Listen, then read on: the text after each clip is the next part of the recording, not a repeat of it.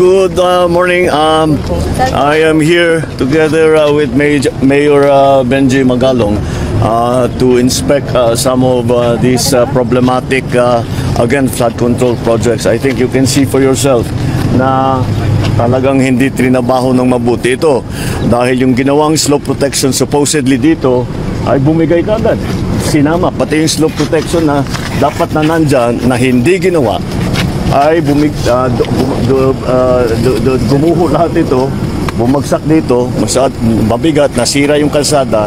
Ngayon, nakita ngayon namin yung erosion sa ilalim ng kalsada, which is the most important part, ay wala na-erode na dahil yung ginawa nilang protection wall ay ubod ng hina, ubod ng liit.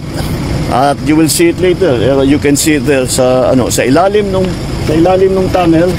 Talagang na-erode na dahil yung slope protection dito sa baba sa tabi ng ilog ay napakababa at napakahina, kaya nung pumasok yung tubig, nung bumigat yung tubig, tangay kaagad. Kaya makita mo rito, tangay na itong lahat. This was all destroyed because of the landslide here, the rock slide here, and the erosion under the road.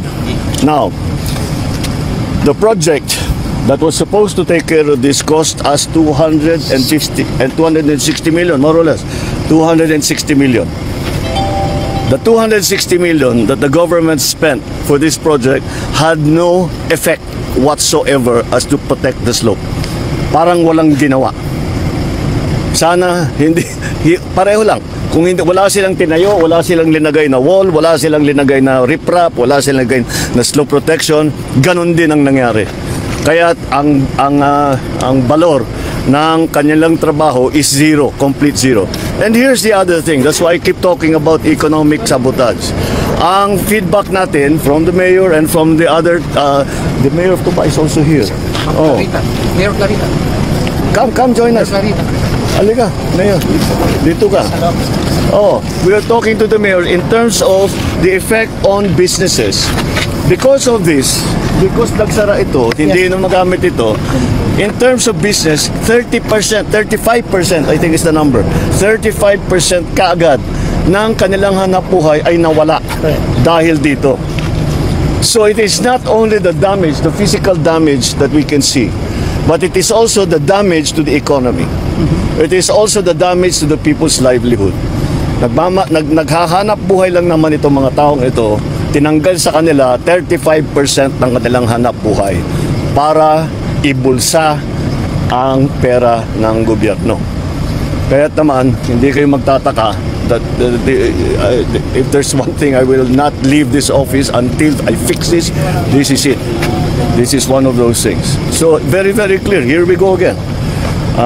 Pang-lima na yata nating inspection ito. And it's always the same. Now we will go to the next site. Yun naman yung rock netting. Yung tinatawag na rock netting. Kung makita niyo may mga netting na dinalagay sa unang-una, because napaka-notorious ng rock netting as corruption, pinagbawal na ang rock netting. So, pero ginawa pa rin. Pinagbawal na yan eh. Pero ginawa pa rin. Bukod pa doon, kilala ko ang supplier ng rock netting. Ang presyo ng rock netting is 3,200 pesos. Ang chinarge sa gobyerno is more than 12,000 pesos. So times 4.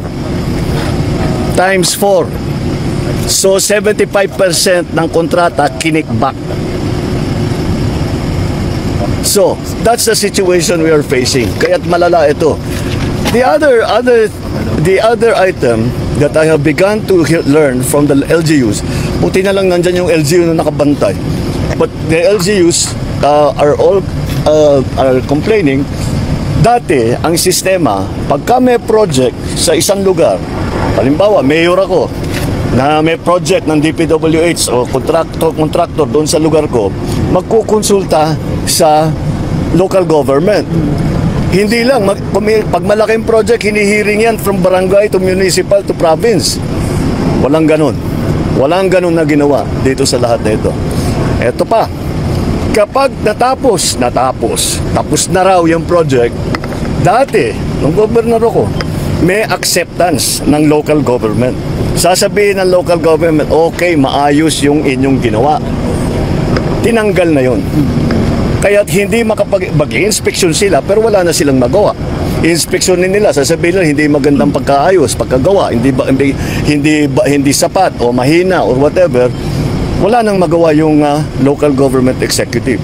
So tinanggal yung SOP na yon. That SOP is that before you release the project to the local government, kailangan tanggapin ng local government.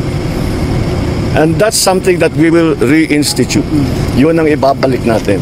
Because the local government, alam nyo naman ako, matagal ko na sinasabi, because of my experience as governor, ang local government, wala kaming ginawa, kundi araw-araw, tinitignan, ini-inspeksyon namin lahat yan.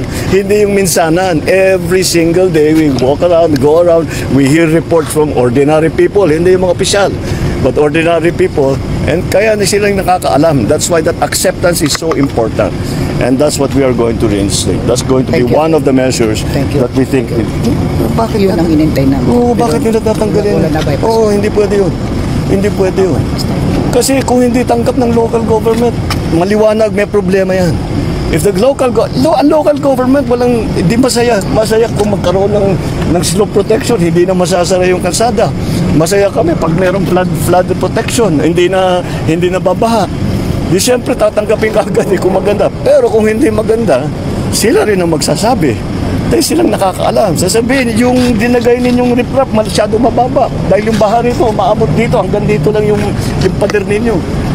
All of those things. So those are the things that we have to correct.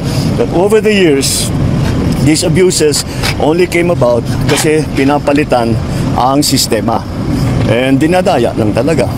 No consultation with the local government, no acceptance from the local government, all of that. Kaya mabigat ang gagampanan na role ng ating local government dito sa ating mga ginagawa para maayos na. Marami. Well, si Mayor Benji has been very vocal about the problems that we have. That's why napunta ako dito. And the comments and the sumbong that have been arriving at our website has been very useful. Kaya ipagpatuloy sana ninyo ang inyong pagsumbong, and I'm not just talking to local government officials, kahit sino. Basta't may alam kayo, sabihin ninyo sa amin, pa-inspeksyon natin, kung may problema, ayusin natin ang problema. Here's the problem here. This is 260 million project. Useless. Parang tinapon mo yung pera sa ilog. Useless. To correct this will cost double that. That's my top of the head estimate. 500 million ito para ayusin. Thank you, sir. At least. Kasi hindi lang itong nakikita ninyo rito, kundi hanggang dun sa loob eh. Hanggang dun sa ilalim nitong tunnel eh. So there's a lot of work that needs to be done. So how can you tell me that it's not economic sabotage? Kinuha mo yung 260 million, wala kaming nakitang effect dun sa kanyang ginawa na kontrata, tapos para ayusin yung binigay ninyong problema sa amin, it will cost another 260 million, probably double 260 million, hanggang 500 million na yan. Kaya I don't blame anyone for being disappointed, frustrated, angry, and paying for blood.